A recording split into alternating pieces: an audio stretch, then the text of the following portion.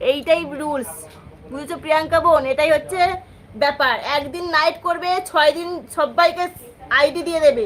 সেই একদিন নাইটে সবাই আসবে, টপ থাকবে এবং তুমি ওয়াচ টাইমটা বেশি বেশি পাবে। আমি এইভাবেই বড় হয়েছি।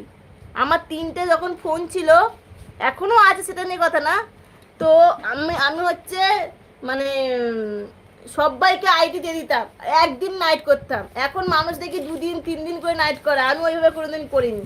আমি একদিন নাইট করতাম আর সারা দিন, প্রত্যেকটা দিন বিকেল সকাল রাত আইডি পড়ে থাকতো লোকের কাছে, আর ভিডিও দেখতাম।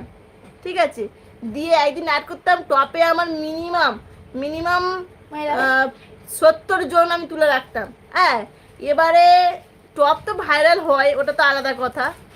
মিনিমাম আমরা 30-40 জনের লোকের ভিডিও দেখতাম, আর যেগুলো নাইট টু নাইট নিতাম তারাও আবার অর্ধেক ছিল ধরো।